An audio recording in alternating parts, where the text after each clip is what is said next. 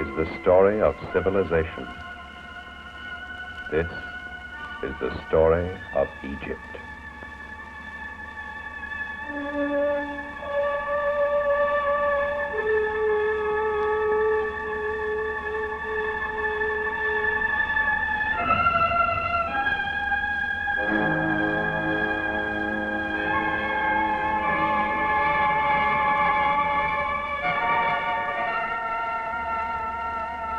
It begins in the legendary Mountains of the Moon in equatorial Africa, thousands of miles to the south of the thirsty land of Egypt.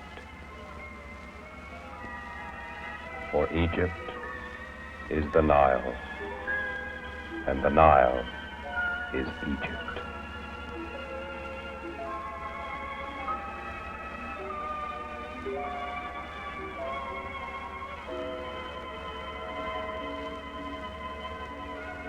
Here the mighty queen of rivers is born.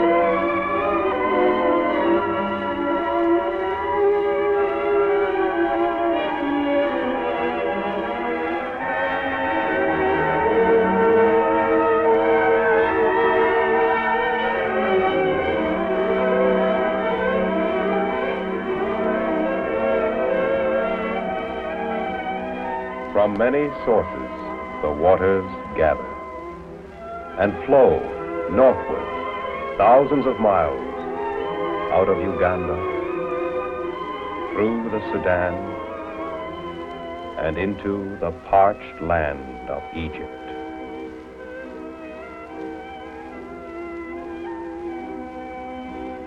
Just as the mighty Nile ebbs and flows with the changing seasons, so has the history of the human race risen and fallen along its banks.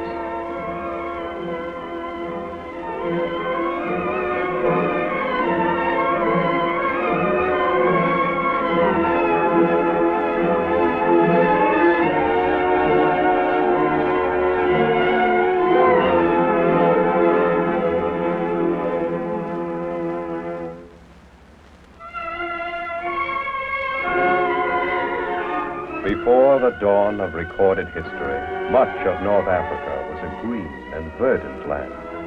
The sun smiled down. And then came the change.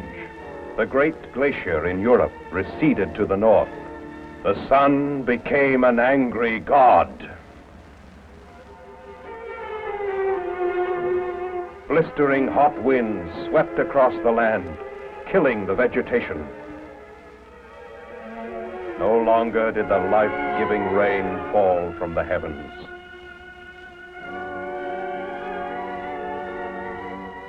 Under the whiplash of the sun, the very earth recoiled.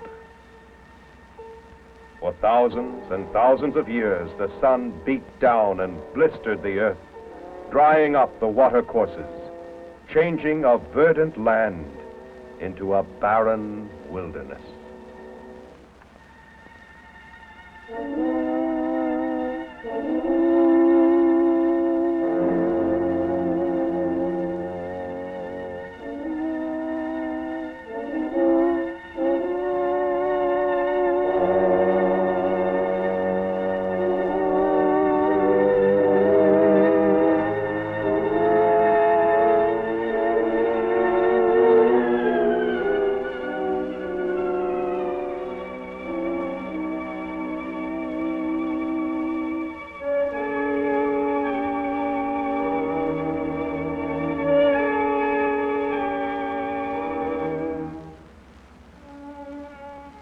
early people were nomads and hunters who once lived in a great green land, now dying under the impact of the sun and the wind.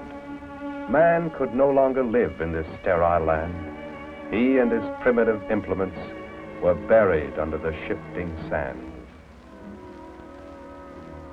The ordeal was for the animals as well as mankind, and they too wandered across the desert in their dumb misery.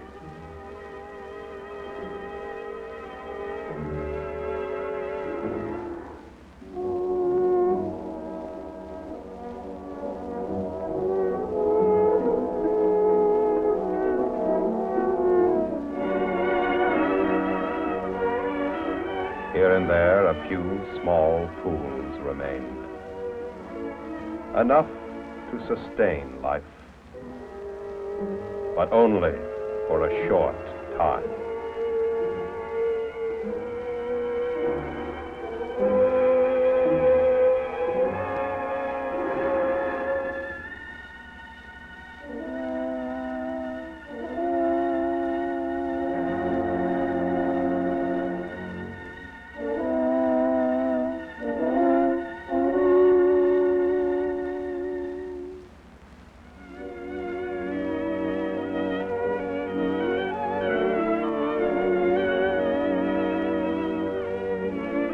In all this once lovely land, there now remained only a few scattered oases where life could still go on.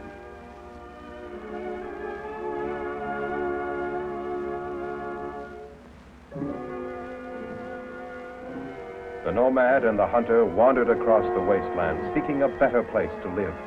He joined with others of his kind and fought with them and against them for survival.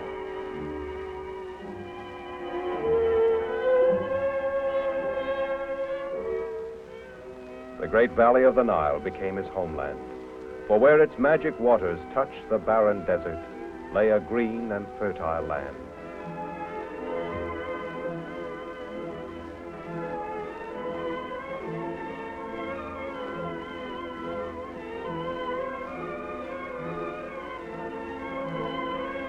The wanderer became a settled agriculturalist and an artist.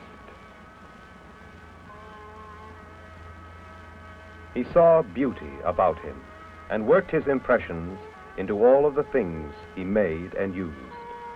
Few records remain of this period, but man laid the foundation of a great civilization.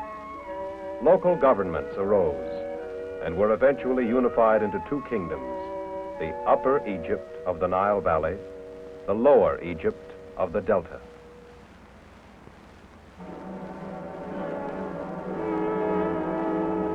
Narmer, the king of Upper Egypt, conquers the kingdom of the Delta.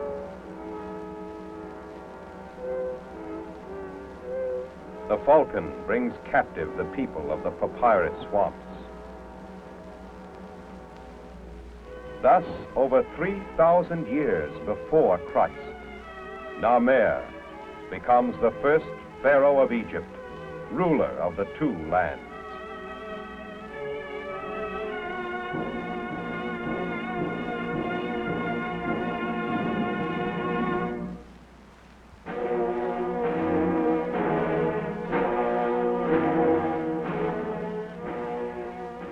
Centuries pass. Here on the edge of the desert, above the Nile at Saqqara, rises the Step Pyramid, the oldest standing stone structure on the face of the earth. And here, the architect, Imhotep, wrought a poem in limestone. A great funerary temple surrounding the pyramid to serve as the eternal home of King Djoser of the Third Dynasty.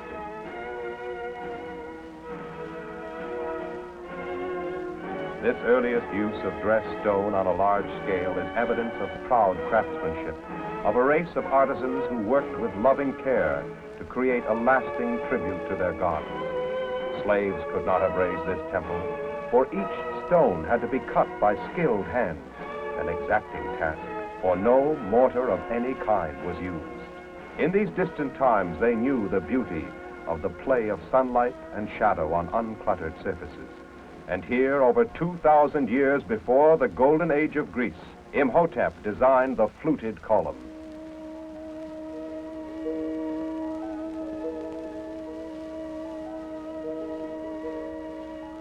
Small wonder that the Greeks worshipped Imhotep as a god.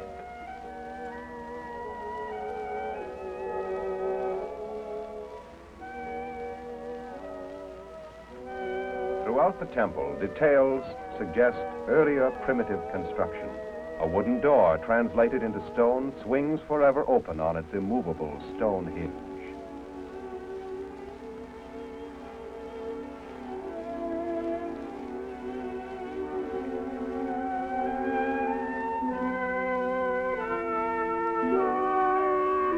This exquisite structure was erected 4,700 years ago, at a time when the peoples of Europe dwelt in primitive darkness.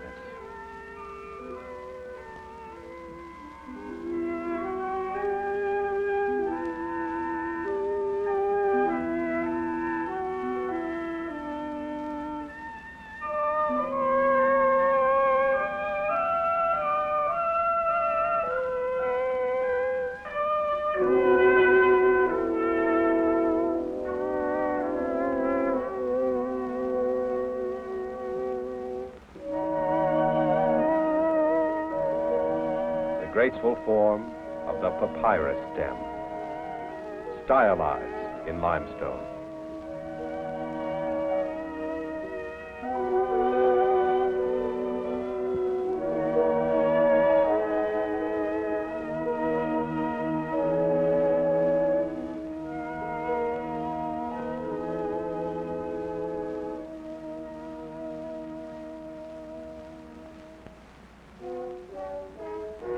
The ancient stonemasons did their work to perfection, each stone individually shaped to fit, without the use of mortar. A wall, a third of a mile in length, with all the beauty which we associate with the best in modern architecture.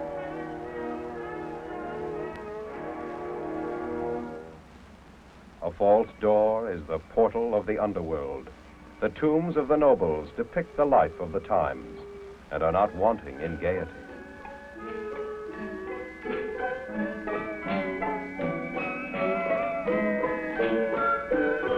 The beliefs of the Old Kingdom envisioned the hereafter as a continuation of the more pleasant aspects of earthly existence.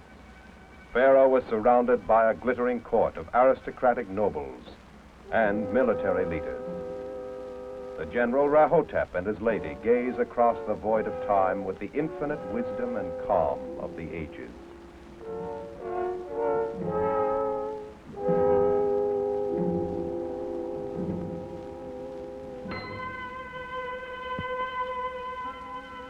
A jeweled collar will brighten the journey into the land of the dead. The swamps of paradise reflect the struggle of nature, as on earth.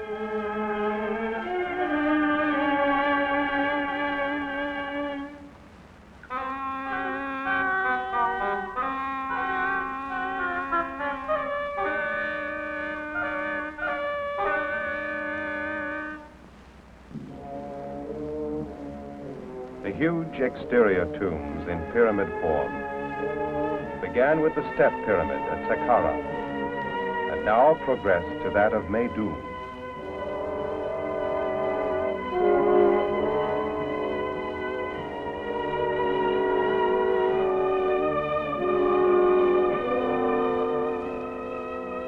The bent pyramid of Dashur is unique in design, a true pyramid for half its height. The upper portion cuts in at a shallower angle. Near Dashur stands the earliest geometrically true pyramid. On the plateau of Giza, we find the full flowering of pyramid tomb construction.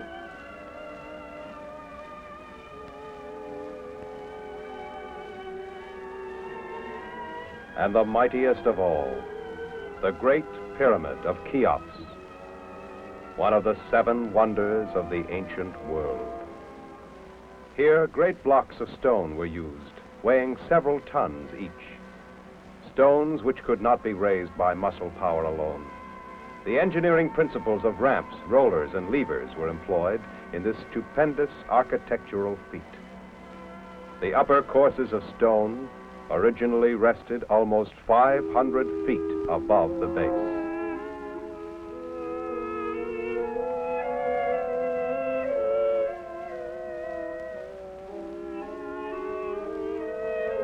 The mighty works of the Fourth Dynasty are an indication of a very strong centralized government. Daughter of a king, wife of a king, mother of a king. Queen Hetepheres was the great lady of the Old Kingdom. Her tomb furniture made of wood encased with pure gold has the beauty of the gentle curve and the serene straight line. Hetepheres, mother of Cheops, led a long life of imperial splendor. Fine linen was hung from the bed canopy, suspended from these slender hooks.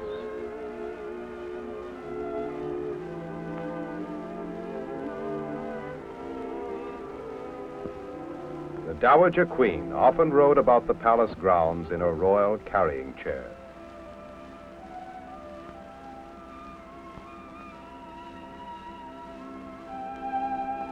Letters of gold spell out the legend. Mother of the king of Upper and Lower Egypt, follower of Horus, guide of the ruler, favorite lady whose every word is done for her, daughter of his body, Hetepheres.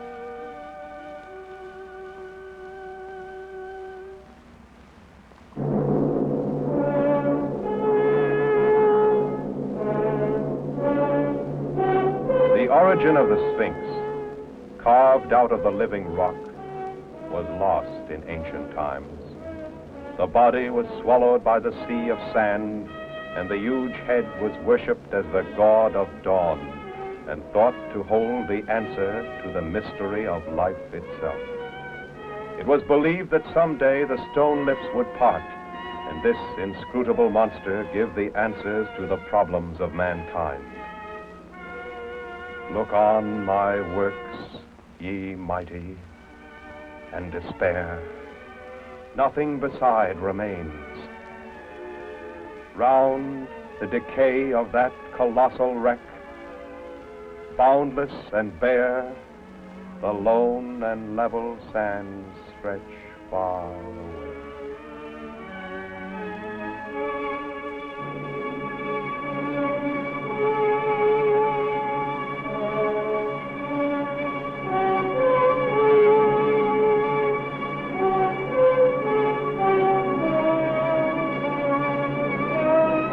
Body of a lion, the proud head of Khephren, the son of Cheops and builder of the second pyramid, keeps eternal vigil over the valley of the Nile.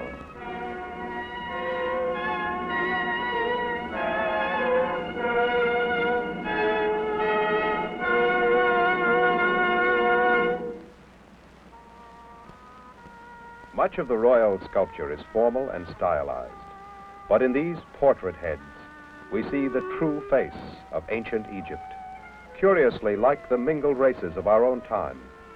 These portraits of nobles were placed in the tombs to assure a permanent home for the ka, or spirit, in case the mummy was destroyed.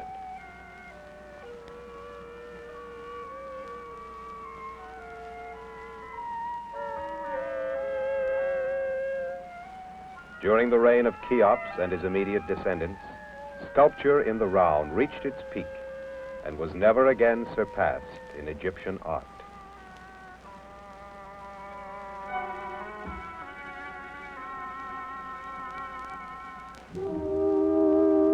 Diorite, one of the hardest materials, here holds King Khephren in regal dignity.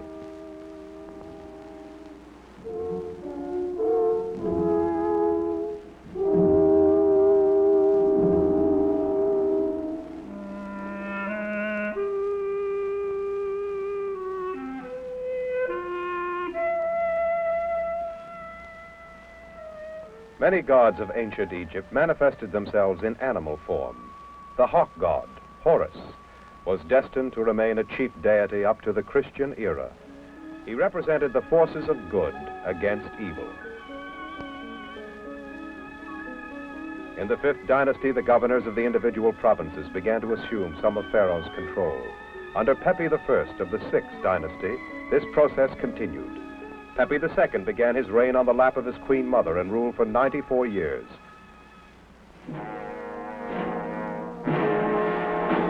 Toward the end of his fabulous regime, political disintegration set in. Egyptian fought Egyptian, and the local governors no longer held allegiance to the crown. Egypt became a series of small states struggling against themselves.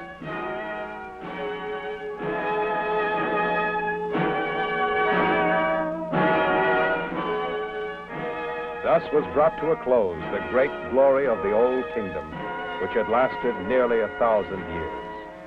For 2 centuries, the country was disorganized. In the 11th dynasty, the river was again a unifying factor. The lands along the Nile became one again, and commerce flourished.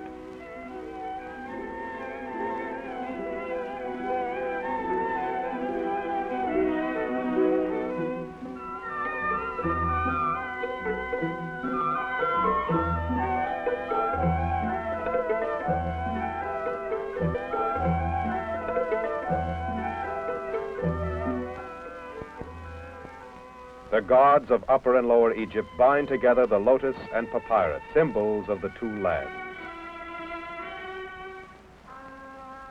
Mentuhotep II regained firm control and ushered in the Middle Kingdom.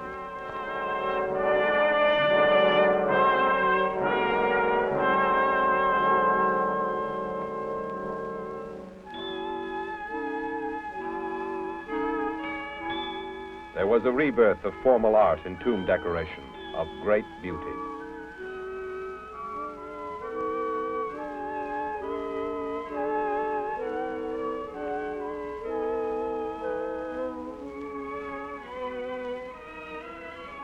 On her limestone sarcophagus, Princess Kawit has her hair dressed by an attendant. A polished bronze mirror reflects her vanity. Provisions are made for life in the hereafter. While the cow is milked, the calf is denied, and the mother sheds a formal tear.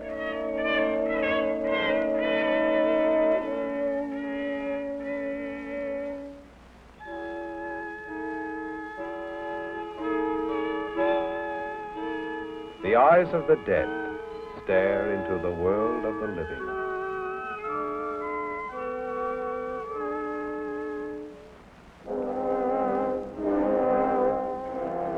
The 12th dynasty continued this period of prosperity and conquest.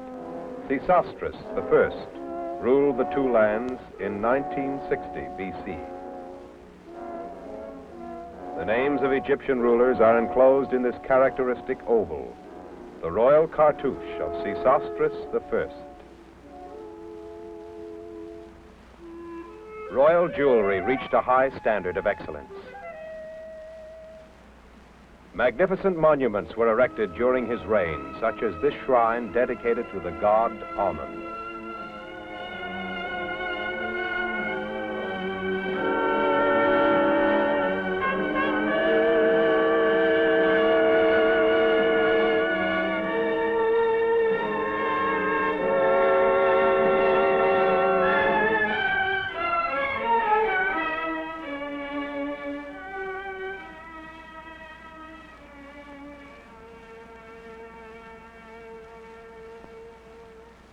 Amenemhat III carried out great irrigation projects in the Fayum.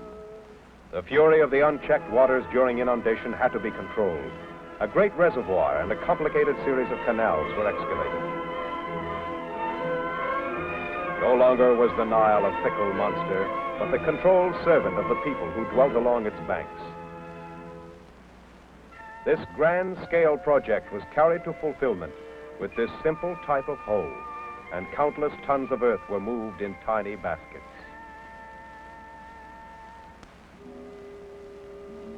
The nobles decorated the portals and facades of their tombs with sunken relief.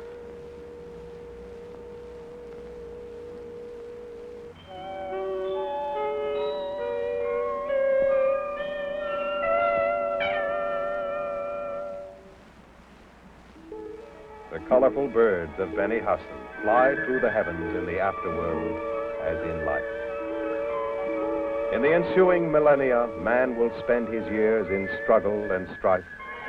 Millions of humans will fall before the wrath of their brethren. The forces of nature will alter the face of the earth, but the wild creatures remain unchanged. The birds of Beni Hassan fly in the skies of today.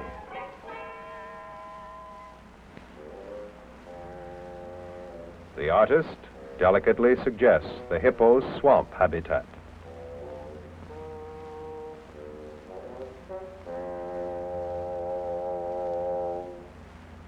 Wooden bedsteads were frequently inlaid with ivory animals.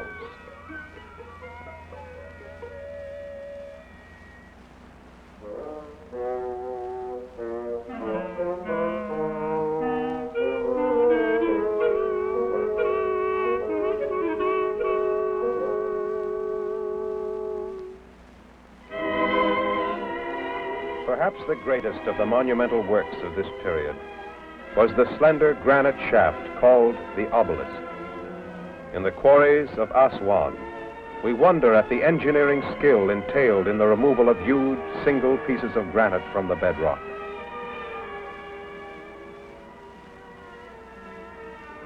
Balls of dolerite or other hard stone were used in the channeling out process. Human hands patiently wielded these primitive tools to reduce to dust the parts of the rock which had to be removed. This giant shaft would have been the tallest of all obelisks, but a fault was discovered in the quarrying process, and the project was abandoned. This staggering feat of engineering, begun at the quarry, continued on in the journey 400 miles down the Nile, reached its climax when the shaft was proudly raised before the gateway of a great temple. Here indeed, art, craft, and ingenuity combine symbolically with the spirit of man as this slender shaft of granite points its slim finger at the heavens.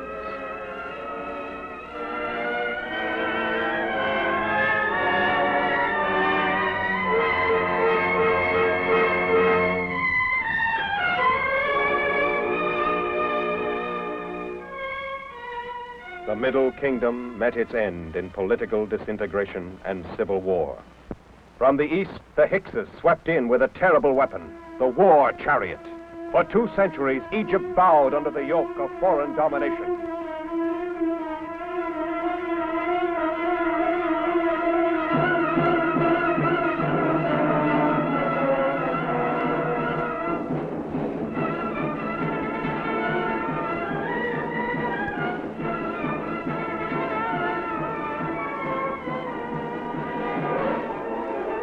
The Egyptian wrested the horse and the chariot from the invader and turned these instruments of terror back against him. To the east, to the south, the war chariots thundered, and the force of Egyptian arms was felt far into Asia, deep into Nubia. Oblivious to the follies of men, the mighty Nile continued to bring life and strength to the thirsty land of Egypt. 1,600 years after Narmer first wore the double crown, Pharaoh Akhmosa, with this golden battle axe, began the 18th dynasty. The powerful new kingdom was born. At the capital city of Thebes, the East Bank is for the living. Across the river where the sun sets lies the necropolis, the city of the dead. Against a backdrop of brilliant cliffs, splendid temples and tombs enshrine forever the memory of the leaders of the new kingdom.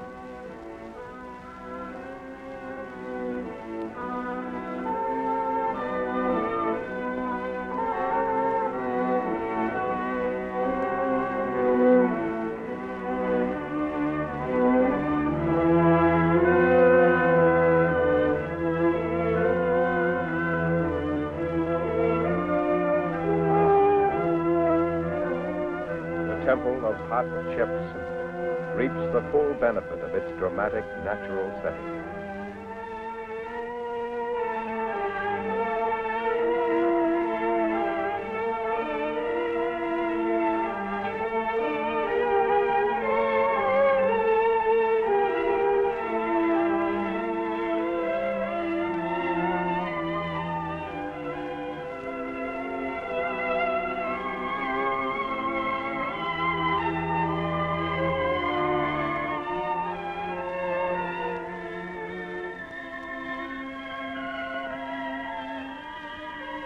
Hatshepsut, though a woman, ruled as pharaoh. An able administrator, she surrounded herself with a group of powerful men who held the country in firm hands.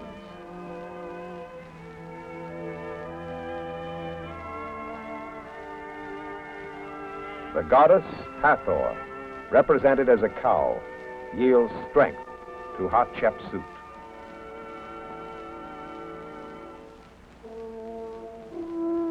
Obviously a woman of dynamic qualities, for her the title of queen was not enough. She declared herself king of Egypt, was depicted wearing male attire, and even the false beard of Pharaoh. She was succeeded by Thutmose III, whose first act was to wipe out the memory of the woman who had so dominated him.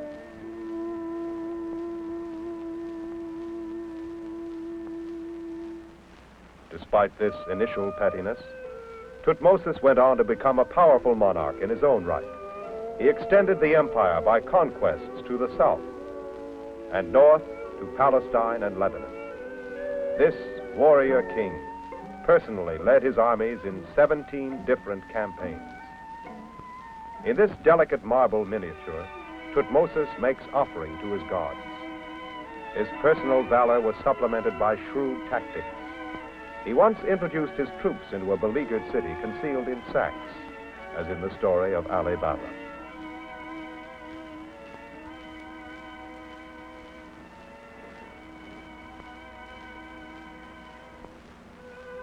The ladies of his court ate from gold service and kept their perfume in decorated vases.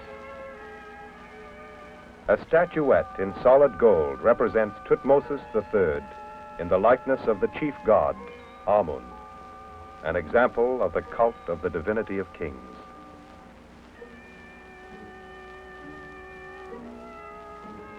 Egypt reached a height of opulence and political importance under this mightiest of empire builders.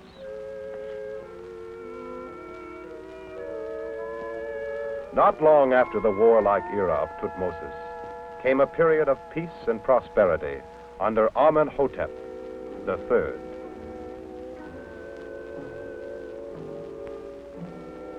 His name will ever be associated with the colossi of Memnon.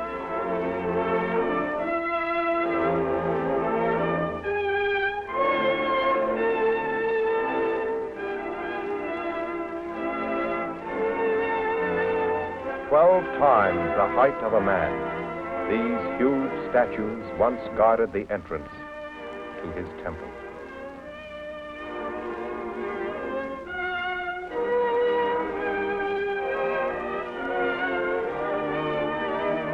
For 33 centuries, these sentinels of the Theban plain have gazed across the Nile. With sightless eyes, they look to the east, to the land of the dawn, to the glories of Karnak and Luxor.